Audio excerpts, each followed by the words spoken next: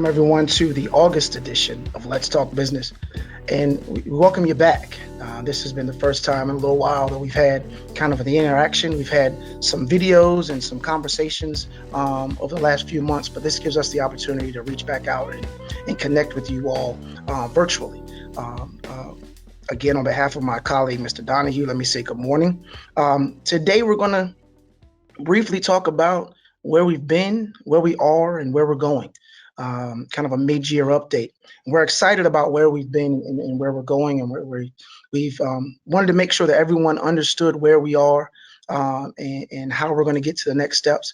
You should have received in this week's Inside Business a little card, a little flyer that you can see on the screen here, which talks about some of the investment that we've had over the last several years, but there's also a QR code that if you scan that code with your phone, that will take you to our newest video, which showcases and highlights some of the projects that we have going on and what we've done over the last few years. We're very excited for you to see the changes that have been made in economic development here in the city of Portsmouth, and again, where we are going in the future.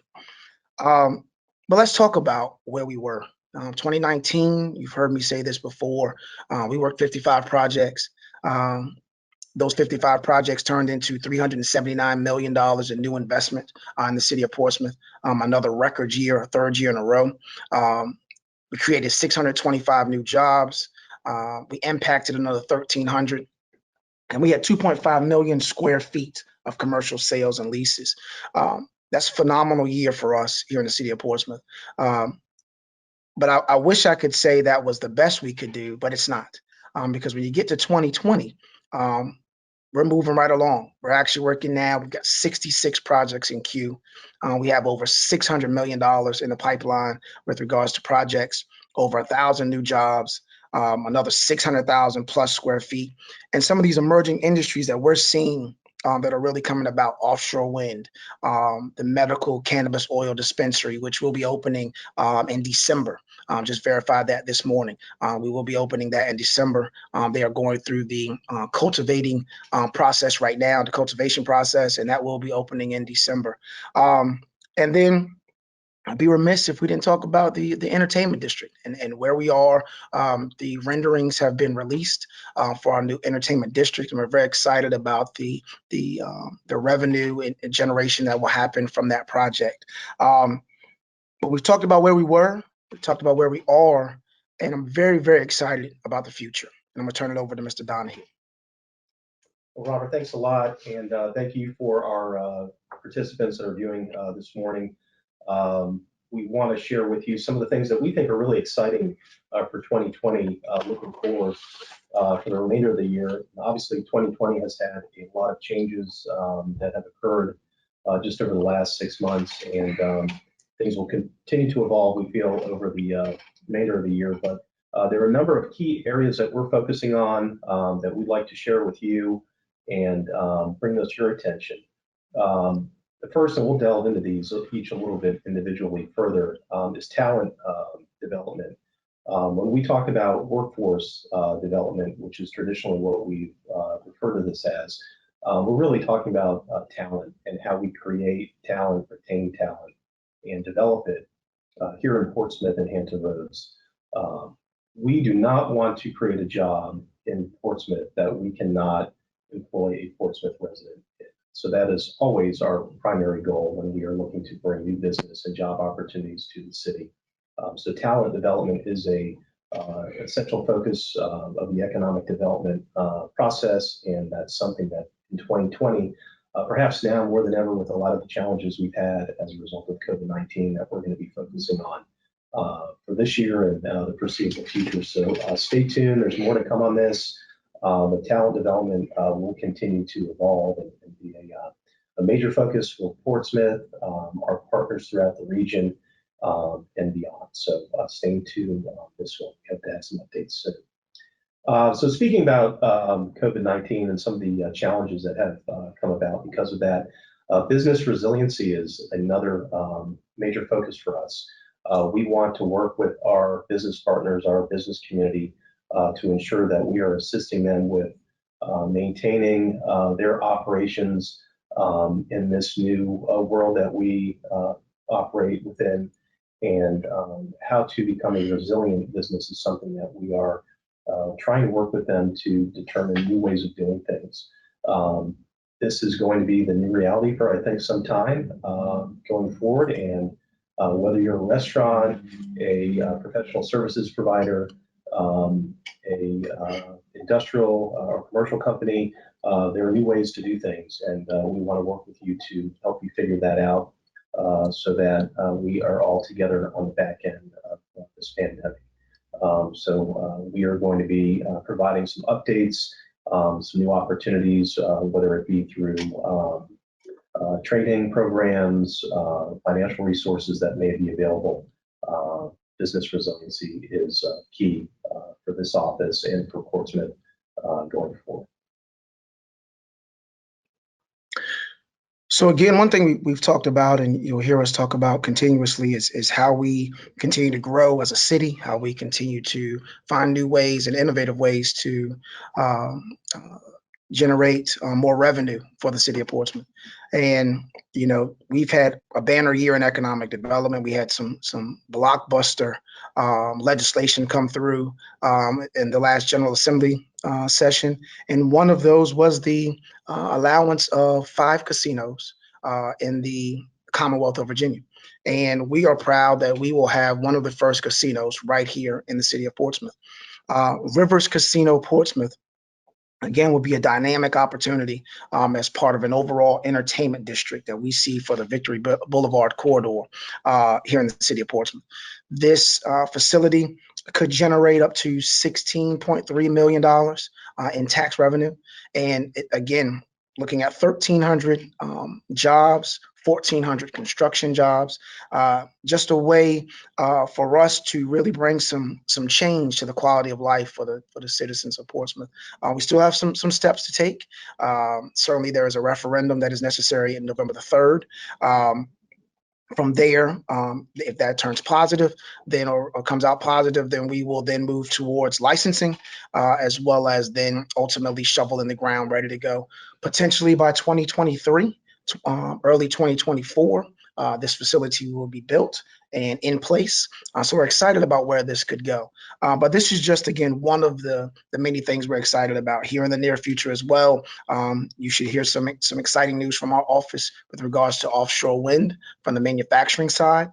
You should also stay tuned to some other opportunities with regards to new warehouse and distribution facilities coming up in the West Norfolk portion of Portsmouth. If you follow us on LinkedIn and Twitter, which you should, if you don't, then you can certainly see the progress that is happening out at the former BASF site. The demolition is currently going on there. The pad is being prepared, and we're really excited about what Lineage Logistics, formerly Preferred Freezer, will be placing out at that site. We're looking at and excited about the phase 2 of the BASF project, and we're also very excited about the redevelopment of the Cogentrix plant, the former Cogentrix plant, now owned by IRG. That will provide another distribution and warehouse opportunity directly adjacent to the port. So we're excited about some of the things that we have going on. But one thing we miss when we talk about COVID-19 and we talk about Let's Talk Business is really the connection that we have with our partners, our colleagues, you all here on this call. And it's platforms like this, Mr. Donahue, that allow us to get that information out.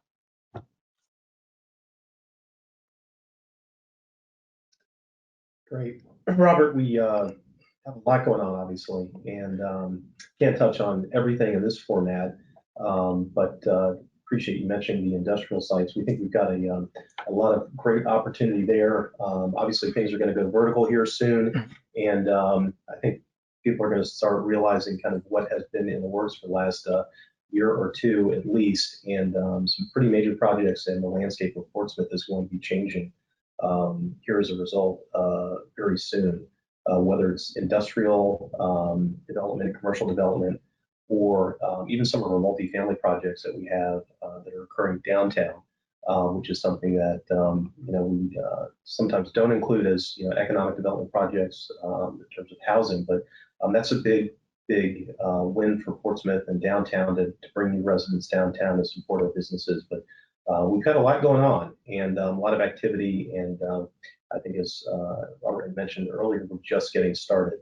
So halfway through 2020, and I think the numbers are that you pointed out are really pretty significant.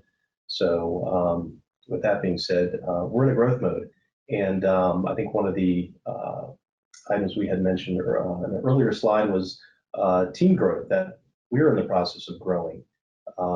Just a few years ago, it was a staff of two, yourself and our executive assistant, Lee Ogilvy. You added a couple of additional team members, including myself and Armand Smith. And then Ms. Jessica Biedenbaum, another great addition to the team, came on last year. So we're still growing. Can you tell us a little bit more about what the future holds for the Portsmouth Economic Development team? Yeah, I mean, I'm excited to be able to add. We've done a lot, as we've talked about this morning, with regards to the growth of the revenue and the growth of projects.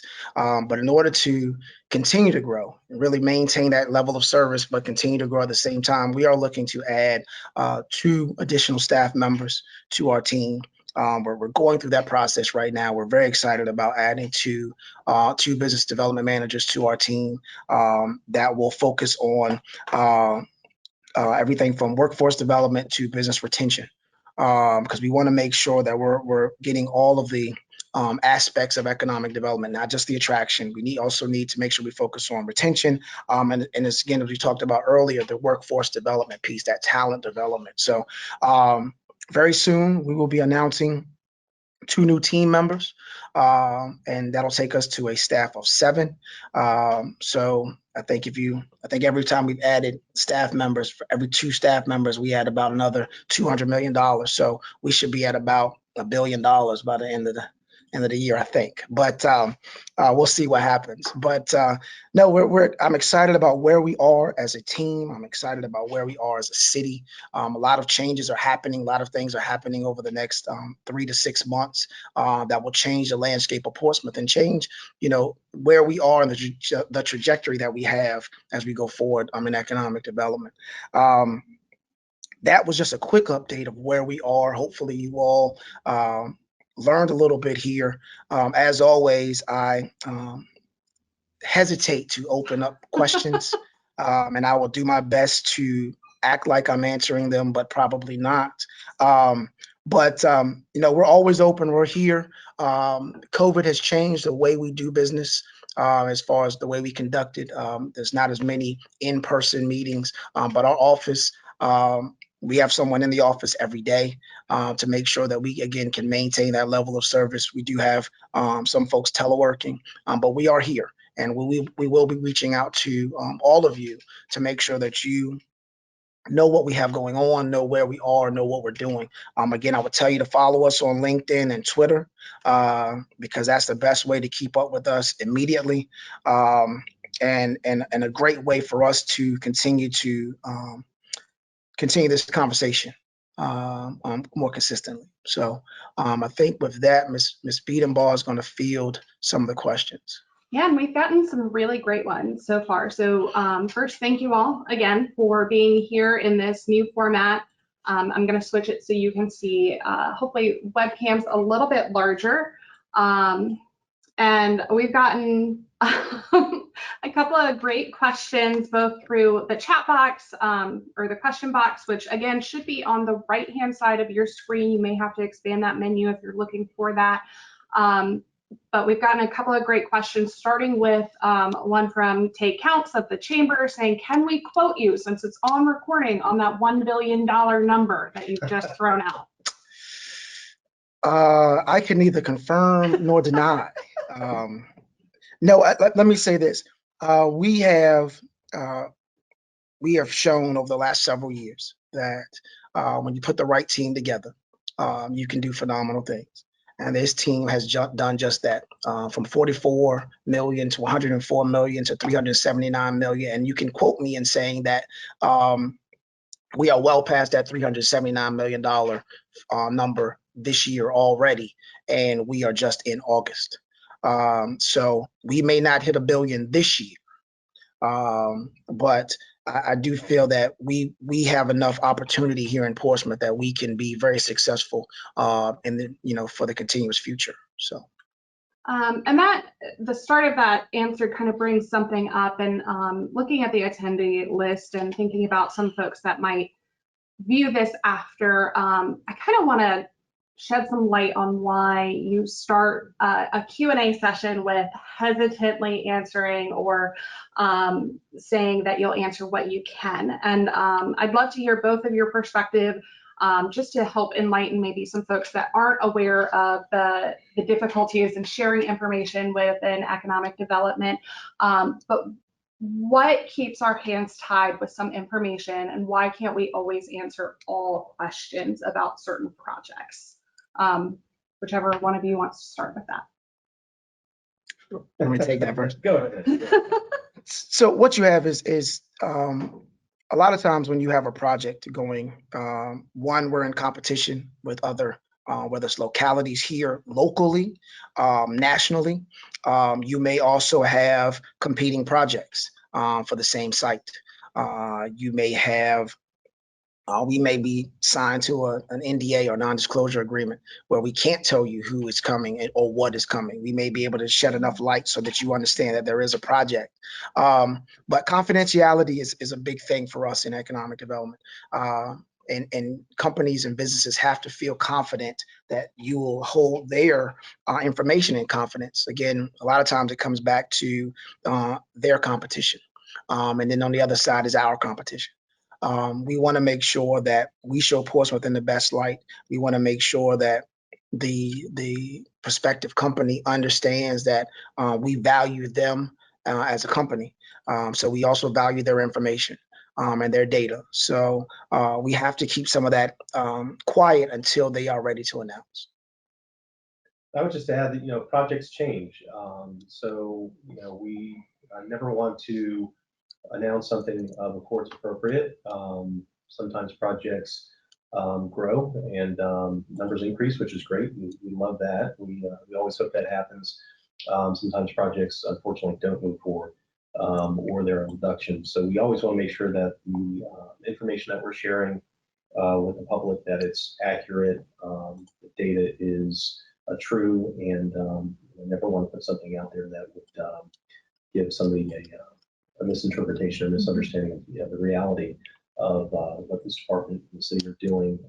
But we always shoot for the stars. We hope that we can bring in as much revenue and growth as possible, and job creation as well. So we always want to make sure that those figures are accurate before we release those to the public. So to answer Tay's question in the beginning, no, you cannot quote me. And I didn't catch it. He wasn't the only one that asked that. So that was a multiple. Yeah. So something we touched on, but I think it's important to dive a little bit deeper. And for those of you that maybe haven't been following, we started doing virtual Let's Talk Businesses. So this format is one version, but we also recorded 2 episodes. The first episode was with Tay Counts. He was our guinea pig for the format. And we talked all things COVID. The second episode was with Chris Gullickson from the port, and Brian Donahue talked about offshore wind. And we've gotten a couple of questions about offshore wind and just how it's going to impact Portsmouth, especially with PMT. So I don't want to summarize all of them because it's gotten a little vague on what it's been covering, but maybe you could just give us an update on where offshore wind is for Portsmouth and what it means for us here in the city.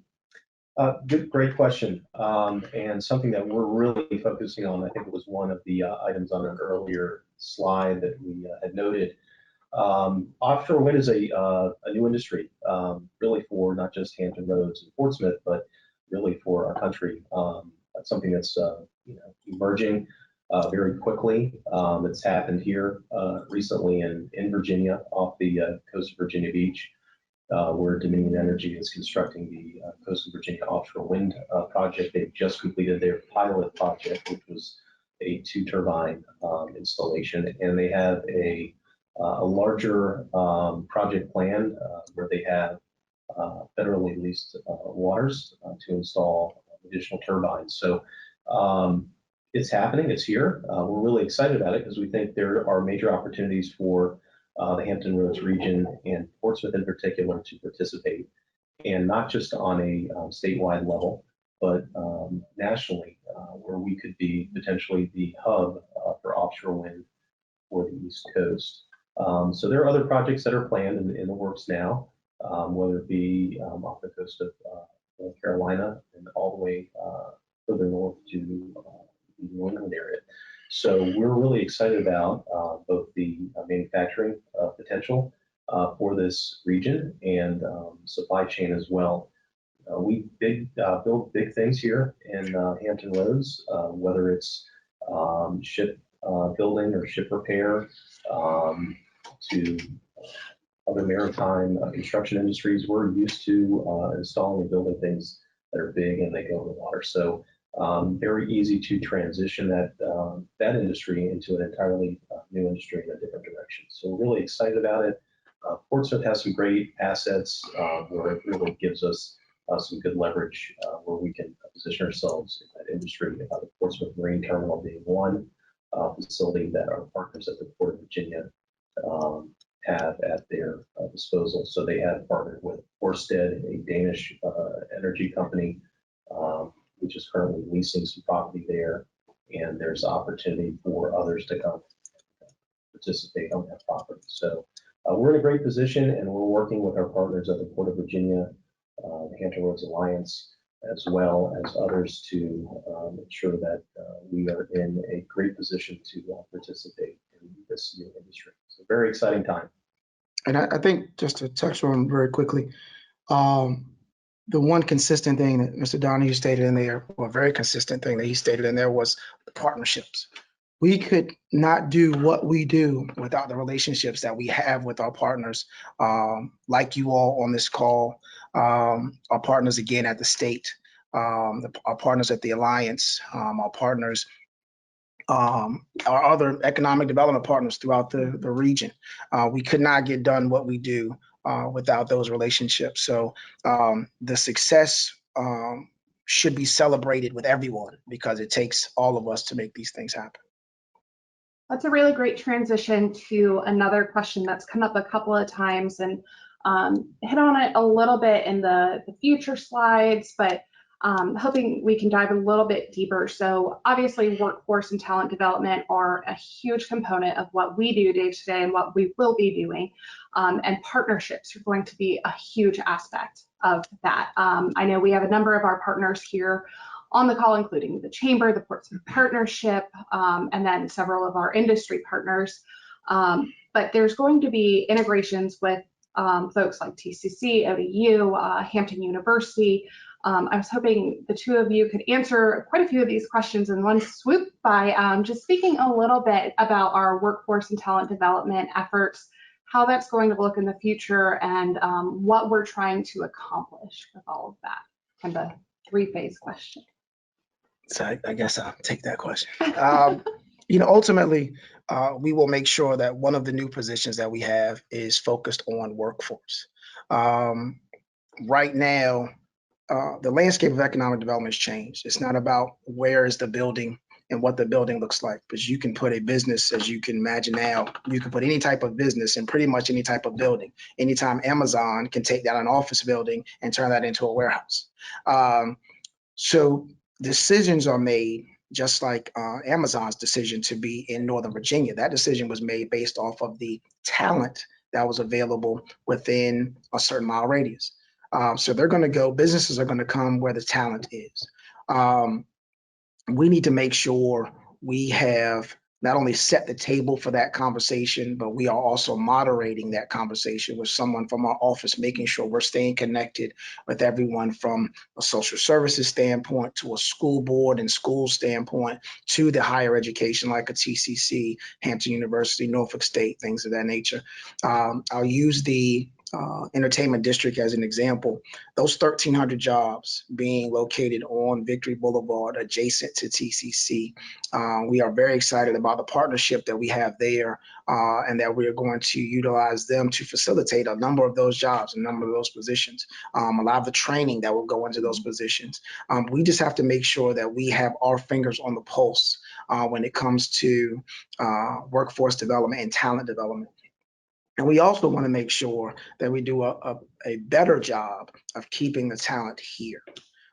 We have done a great job over the years of preparing our students and our children and our future workforce to work somewhere else. So we need to do a better job and make sure that we have not only the training of those skills here in Hampton Roads, but we need to make sure that we have the jobs waiting for them as well. So while we're building that pipeline of projects, we need to build that pipeline of workforce as well. And that's what we're dedicated towards, especially with some of these new positions we have coming in. Mr. Donahue, anything to add to that? Yeah, sure. It's, I think, very much about the partnerships that we've worked to create and maintain over the years. And, you know, some of those partners that are assisting us, such as the Hampton Roads Workforce Council, the Virginia Maritime Association, with respect to opportunities like offshore wind that we just spoke about, and positioning everybody so that as these new opportunities come online, we have made folks aware, made the public aware, our citizens, our students that are in the public schools, that these jobs exist, and that we can begin working to develop programs to enroll them in, so that they can very quickly transition to an employable state coming out of school. So as Robert mentioned, working with Tidewater Community College, but also ODU, Hampton University, Hampton State, working to make sure that these folks are positioned, whether it's coming out of high school or a two-year school or certification program that they may have enrolled in, really making sure that everybody's aware of the opportunity. And I think that's what we've been working to do with our partners. So as these new projects come to Portsmouth, so do the jobs, and we just want to make sure that everybody is aware and can participate. Absolutely. So transitioning a little bit to some of the industrial opportunity that we have here. Obviously, Portsmouth is a dual port city. We have two facilities here, PMT and VIG, very unique for a city, especially of our size. It gives us some really great things and then some limitations. So we have to be strategic about our development and redevelopment. We touched briefly on the IRG Cogentrix property, and then the work at BASF, hoping that we can just kind of detail that a little bit more, because we've had some questions about what that meant. And I think this might be a good opportunity to give another shout out to our state partners, just with the Port Host Community Host Fund. So maybe Mr. Donahue, you could shed some light on that. Yeah, we've had a lot of success, I think, historically with our relationship with the Port of Virginia and facilities that call Portsmouth Home, the PMT Terminal, and Virginia International Gateway, and being able to capture some of the activity that comes out of those two facilities, where we have some warehousing and logistics operations here in Portsmouth. So Jessica had mentioned the former BASF plant site in West Norfolk. That is currently under redevelopment by Lineage Logistics, which was formerly known as Preferred Freezer. Lineage acquired last year, and they are constructing a 212,000 square foot cold storage facility in Portsmouth, which is a huge investment, $60 million, 60 jobs. A project that we partnered with the Virginia Economic Development Partnership to provide some financial assistance through the Governor's Opportunity Fund and through our own Portsmouth Port Industrial Commission to help that project become a reality. I think that's indicative of what Portsmouth has to offer the warehousing and logistics community. Our proximity to the port is second to none. This site in particular is literally within a mile of the VIG and PMT facilities. So in order to get cargo and freight in and out as quickly as possible, it's really an ideal location. And it's only half the site, so we have another 18 acres that we're currently working with the property owner to market. So it's foreseeable that we could have another very large cold storage provider locating at that site, or any other type of industrial warehousing use. Really, the sky's the limit. Also, you had mentioned the Cogentrix site, which is immediately adjacent to the big facility. About as close as you can get. I think you could probably throw a stone and hit a cargo container across the street. Please don't. Yes, please don't. That would probably be a good idea, but it's literally that close. So we have the ability there to accommodate up to 300,000 square feet of industrial facilities, and the port, I think, is really excited about that, as are we. It's a great location, and we were very successful with the receipt of a Port Coast Community Grant award for that property and the redevelopment of that site through the Virginia Department of Housing and Community Development. So really another great example of partnering with our state partners to redevelop some key sites in Portsmouth. We are challenged because we are an older urban city, so we don't have a lot of green space. Everything we do is redevelopment, and sometimes that brings some challenges with it. But a couple of great sites. We have some other properties that we're working on right now to identify and help redevelop. But those are two of the key properties right now that we think are really prime for development in the industrial market. We do have other, projects coming to town as well. Some e-commerce companies that are eyeing Portsmouth that are looking to open here in the next 90 days. So the industrial market is still strong and healthy in Portsmouth, and despite some of the recent challenges that have come from COVID-19, we've realized there are some opportunities for growth as well. So those are being realized and are happening. And always happy to provide more updates as those projects move forward. Awesome. So one question we get a lot, but we work on this, and I think it's a consistent concern for a lot of the neighborhoods in Portsmouth.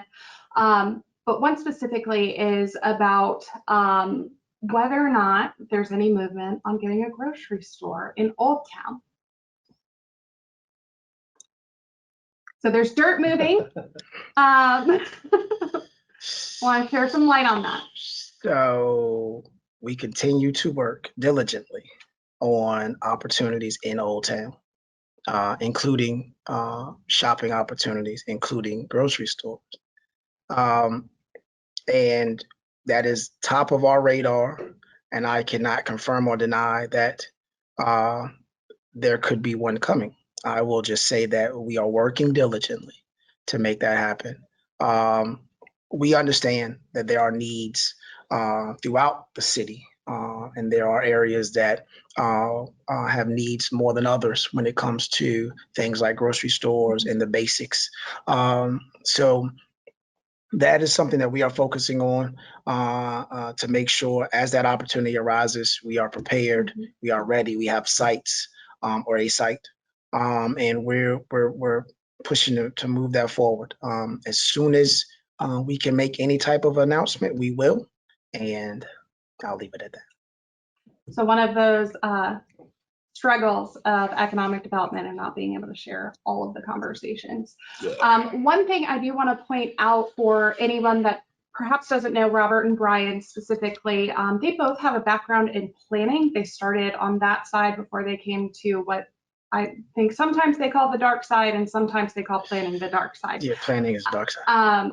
So a lot of times when we have these conversations specifically at that level and looking at the different needs of areas, they put their planning hats on, which has been something that I personally have learned a lot from as I've joined the team and have kind of studied the way that they have those conversations with developers and look at different opportunities, because again, we don't have a lot of land to develop, so we have to be very strategic. So that is a lens that this office specifically uses quite a bit, is their dark side hats from back in the day when they were both planners. So just adding a level to that. shifting. And we jokingly say that. Let me be clear for our planning colleagues. You'll hear me say a lot of times in planning, we say no, no, no all the time. In economic development, it's yes, yes, yes. But no, we take pride in the fact that we were planners before, so we do have an idea of how a development will lay out on a site, if it will be allowed on that site. Everything from access to so forth. So while a building, a site may appear to be the best place for a grocery store, for example, that does not necessarily plan out that way for a developer. There are other factors that go into that, and luckily we have 2 people on staff who understand that background and understand where we need to go. But shout out and hats off to our planning colleagues. Please don't hold that against us as we try to bring more projects there. And then on the note of more projects, there is a lot of dirt moving downtown, in Churchland, just across the city. So I was wondering if maybe you could either of you could touch on some of the in progress projects that we have happening right now, because we have a lot of them. And maybe once you do that, the impacts of COVID, because we're getting a lot of questions about maybe the status or how things are going. So the projects that we have going on, and then kind of how COVID has impacted them. So I'll kick that off, and then Mr. Donahue, you can, if I miss something. We have a lot of dirt moving, and I'm excited to say that we have a lot of dirt moving in pretty much every area of the city in some way, shape, or form. I'm gonna start with downtown because that's where we are. Certainly we have I always joke about probably the largest Wawa I've ever seen coming to downtown. And a lot of people, I'm sure, are questioning, the site's been cleared, it's been graded to an extent, what's going on? As you just stated, Jessica, the impacts of COVID have made things slow down. You have less people driving back and forth to work. More people are teleworking from home. So everyone's kind of reevaluating where they are, especially from a gas and convenience type of establishment. That is moving forward. They are looking to start construction back up later this fall as we see where the curve goes from a standpoint of COVID. But they are very excited about being in Portsmouth and starting back up as early as the fall. And depending how that weather goes, it could be in the spring, but that is moving forward. You also will have seen, if I jump around the city a little bit, but if you will just kind of go up the street, up to, I guess that would be County and Effingham, you're going to see, you've already seen the silt fence go up for some new multifamily brought in by the Woda Group. That's about 55 units there. So some new multifamily going in. We're excited about some additional and some very brand new co-working space that will go into downtown as well, near the corner of Effingham and High Street. We are very excited about a new concept that we're kind of looking at for the High Street corridor with regards to innovation. And how can we bring together all the different forms of innovation into that High Street corridor and some of the properties that we have. Also, if you go out to Churchland, certainly you will see the former BP gas station out on High Street, and I guess it's Tire Neck. That BP gas station has been demolished, and you'll start to see the new Starbucks going out in that area.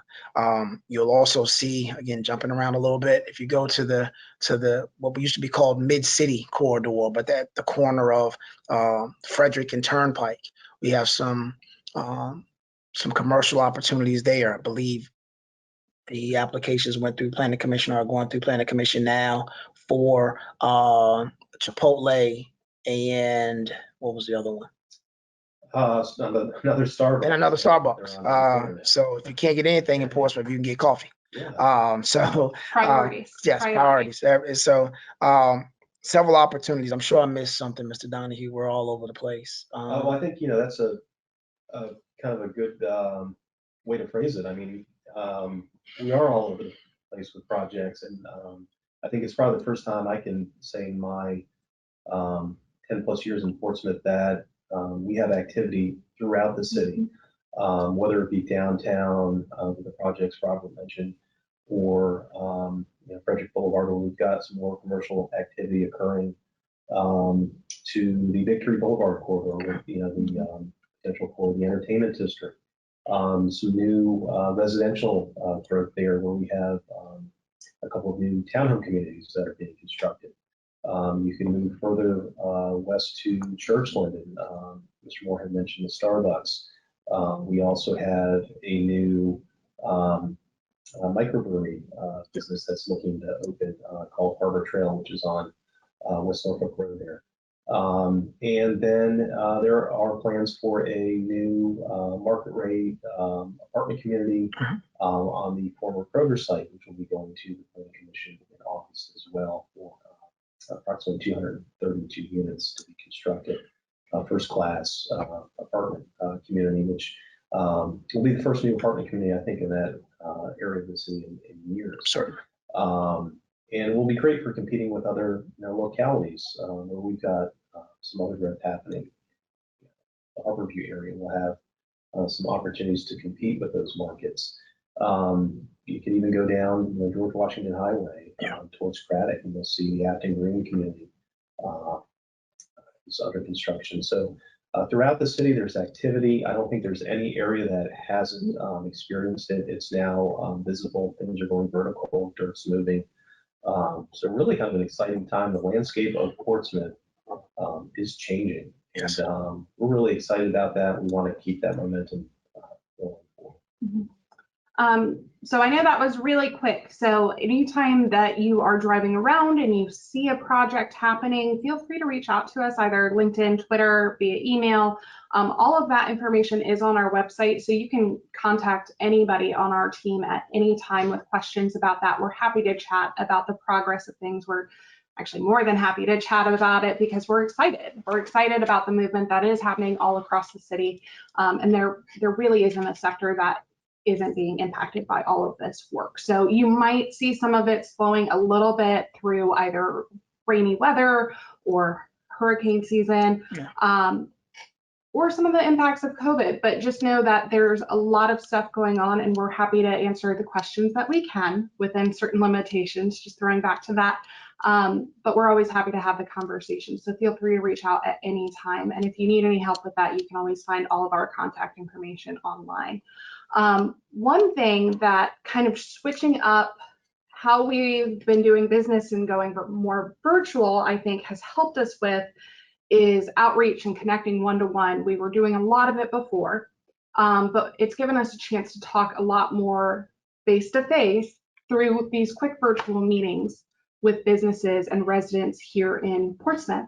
And one thing that we really put a lot of effort to here in the office is our SWAM and MWBE and minority-owned outreach, and making sure that our small businesses are represented in everything we do. Because Portsmouth, while we are very grateful for big businesses, it's made up of small businesses that have made the choice to be here. So I was hoping that maybe to answer a couple other questions that have come in and kind of shed some light on what we're doing for small business outreach and minority-owned outreach. How are we involving them throughout both COVID with the grants? How are we involving them in some of the larger projects that we have, and then supporting them through just general day-to-day? So I think the first thing we'll talk about is, what happened with COVID changed the landscape again of how we connect with our businesses. And we had to make sure that, and what we realized, let me say it that way, is that we may not have had the contact information that we needed for a lot of our businesses. So one concerted effort we have had is trying to make sure that we update our business directory. So I would ask all of the individuals on the meeting today to update your information in our business directory right online. It's just a form, you fill it out very quickly. But we want to make sure, because I now send out, at one point I was sending out pretty much once a week, a regular update about what was going on in the city, whether it was COVID related and otherwise. We're going to get back to that. and make sure that we have that constant contact, pun intended, with individuals. We want to make sure that our businesses know that we're here to help. We certainly have the business recovery grant, which provides up to $5,000. We're seeing how this first round goes. We may make some changes to that program to make it more advantageous for individuals, because the state also has some programs out there that changes a little bit of what our program can do and so forth. So we want to make sure we're getting that information out. But I will tell you that with all the development that's happening and the investment that's happening in Portsmouth, it's more important than ever that our office remains focused and that the city remains focused and committed to including minority, women-owned, disadvantaged-owned businesses, veteran-owned businesses, and not just in the information, in putting out information, but also making sure that these businesses and our office specifically promotes equal access to procurement opportunities, to make sure that these small businesses, because that's what Portsmouth is made up of. Don't get me wrong, we have a number of large companies here, but the majority of Portsmouth businesses are small businesses, minority-owned businesses, less than 20 employees. We need to make sure that these businesses are positioned and that these aspiring entrepreneurs have the opportunity to take advantage of these local opportunities. So we are making a concerted effort through our office, through the city manager's office, to make sure that we have the outreach so that these businesses can take advantage of these opportunities. We need to do a better job of that across the board, and we are committed to doing that. So we are making sure that, again, some of the individuals that we have coming in this office can work with our resiliency officer and city manager's office to make sure that we are bridging that gap, if you will, and working with procurement to make sure that these opportunities are out there, that it's not just participating from a standpoint of getting a job, but participating from a standpoint of being able to build some of these facilities, not just work there. So we are committed to that, and that is a special focus near and dear to myself. And that's why I do economic development. Selfishly, I want to make sure that my children have a job when they get old enough to say, Dad, this is what I want to do.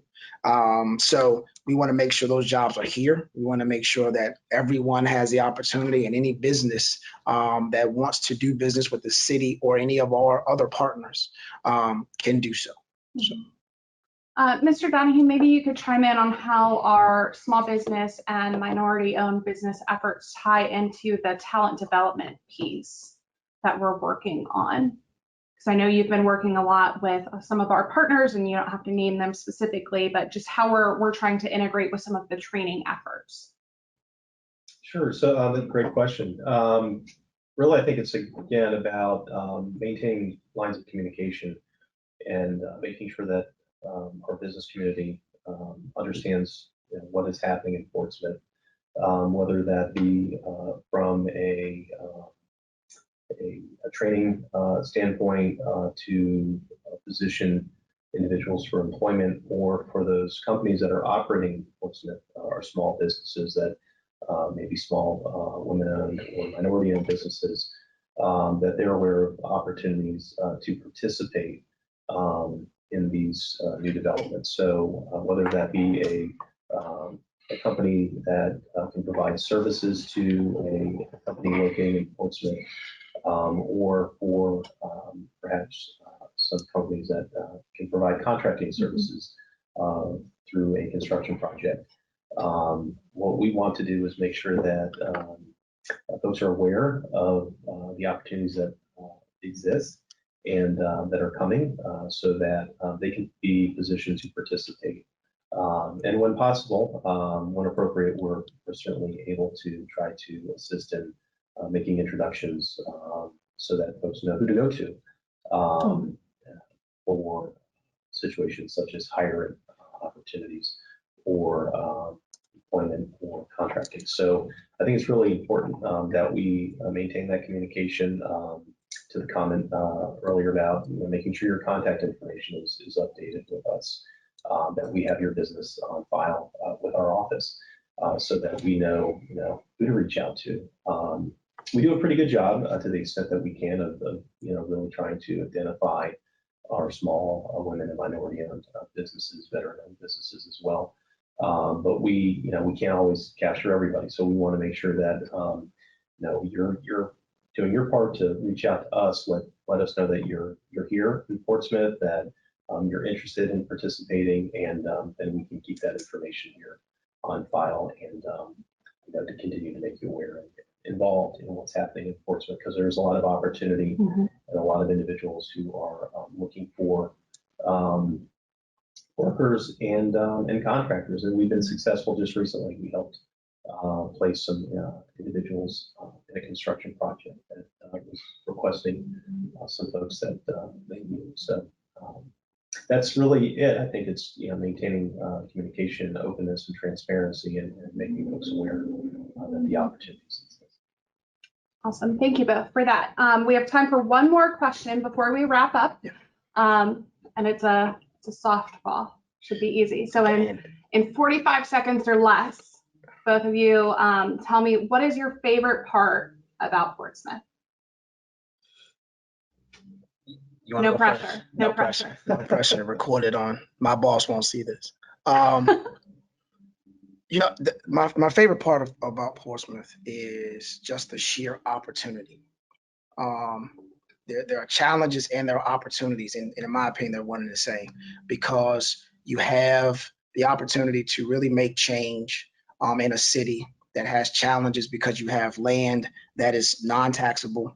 Over 50% of that is non-taxable. So we've got to make sure that we're strategic in what we do, and that's fun.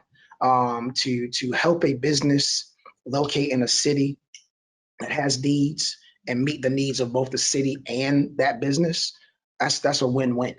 And that to me is a great situation. I think that's the best part of being in Portsmouth.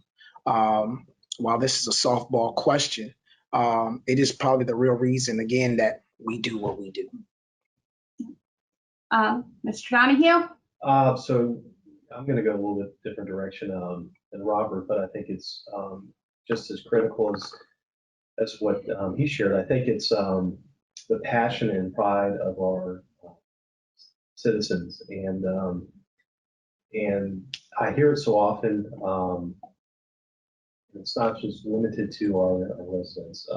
There are people from Portsmouth that we run into all the time, that have ties to Portsmouth, that they care so much about the city and they're very passionate about it. I think as a department, that's something that we share. We're here because we want to be here, and we're passionate about what we do and trying to affect change, positive change for Portsmouth in our future. So it's really, I think, the passion of the city and our pride that really impresses me, and I think makes me really excited to be here and be a part of it. Is that passion and pride that we have. Well, that was the most perfect wrap-up question I could have had, so thank you for submitting that one. Well, we like to make sure we end on time, so we will do that even virtually. Thank you all for joining us this morning, giving us a little piece of your morning. Hopefully you found this informational. This is just another piece of the conversation. So if your question maybe didn't get answered, if it wasn't answered fully, or you want more information, if we can give you that answer, we certainly will. So please don't hesitate to reach out. You can find all of our contact information at www.accessportsmouthva.com, and of course on social media at LinkedIn and Twitter. So real quick, any final words from Robert or Brian? I think we've talked enough this morning. Thanks for tuning in. Thanks for tuning in. We look forward to seeing you next month.